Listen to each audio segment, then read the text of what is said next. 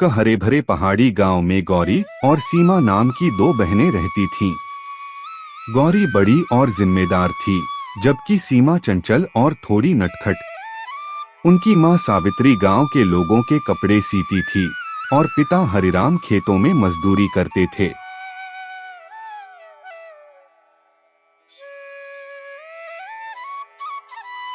माँ बोली, गौरी बेटा, जरा देख तो तेरे पापा खेत से लौटे या नहीं। गौरी बोली, हाँ माँ, मैं जाकर देखती हूँ। गौरी हमेशा घर के कामों में माँ का हाथ बंटाती थी और छोटी सीमा अपनी गुड़िया और खेलों में मस्त रहती थी। हालांकि उनका घर बहुत साधारण था, लेकिन उसमें प्यार की कोई कमी नहीं थी। गौरी हमेशा सीमा के लिए कुछ खास करने की कोशिश करती। एक दिन सीमा ने रोते हुए कहा, दीदी, गांव की मेले में सब नई ड्रेस पहनेंगे, मेरे पास तो कुछ भी नहीं है।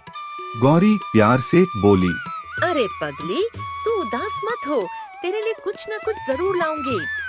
गौरी को अपनी बहन की मुस्कान बहुत प्यारी लगती थी।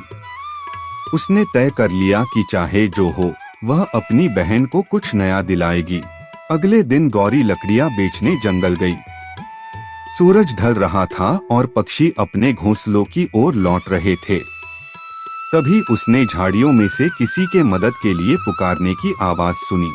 बूढ़ी औरत कमजोर आवाज में बोली, बेटी, कोई है जो मेरी मदद करे? गौरी बोली, हाँ दादी माँ, मैं हूँ। क्या हुआ आपको? वहाँ एक बूढ़ी औरत गिरी हुई थी। उसके पास भारी झोला पड़ा था। गौरी ने बिना सोचे समझे झोला उठाया और उसे पास के पत्थर पर बैठाया। बूढ़ी औरत बोली, तूने मेरी मदद की बेटी, लोग तो गुजर गए पर किसी ने नहीं देखा। तेरे दिल में भलाई है, ये ले, यह तेरा इनाम। बूढ़ी औरत ने उसे एक सुनहरा डिब्बा दिया और कहा, इसमें जादू है, पर याद रख, इसका इस्तेमाल लालच या झूठ के लिए मत करना, वरना जादू पलट जाएगा। गौरी घर लौटी, थकी हुई लेकिन खुश। उसने माँ और सीमा को सब बताया। माँ डर गई। माँ बोली, बेटी, पता नहीं उसमें क्या हो, कहीं नुकसान न हो जाए। गौरी मुस्कुराकर बोली, माँ डरिए मत, दादी माँ ने ये सच्चाई की निशानी कहा है। गौरी ने डिब्बा खोला और उसमें से एक चमचमाता जादुई लहंगा निकला। वह इतना सुंदर था कि देखने वाला बस देखता ही रह जाए। सीमा आंखें बड़ी करके बोली, दीदी, ये तो किसी राजकुमारी का लहंगा है। गौरी बोली, ये तेरा जन्मदिन का तोहफा है। सीमा का जन्मदिन आया। गांव में मेला लगा था। सीमा ने वो जादुई लहंगा पहना और अचानक उसके आसपास हल्की चमक फैल गई। हर कोई उसे देखकर दंग रह गया। गांव वाले बोले, अरे वाह, ये बच्ची तो परी लग रही है। गांव में पहली बार किसी ने इतना सुंदर कपड़ा देखा था। सीमा सबकी प्यारी बन गई, लेकिन इसी बीच किसी की आंखों में जलन आ गई। वही थी उनकी पड़ोसी श्यामा काकी। वह लालची और ईर्ष्यालु थी। उसने सोचा, मुझे भी ऐसा लहंगा चाहिए, चाहे जो करना पड़े। अगले दिन उसने सीमा से कहा, बिटिया, तू तो बहुत प्यारी लगती है इस लहंगे में।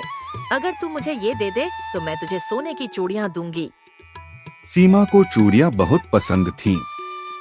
उसने कुछ देर सोचा और फिर चुपचाप हाँ कर दी।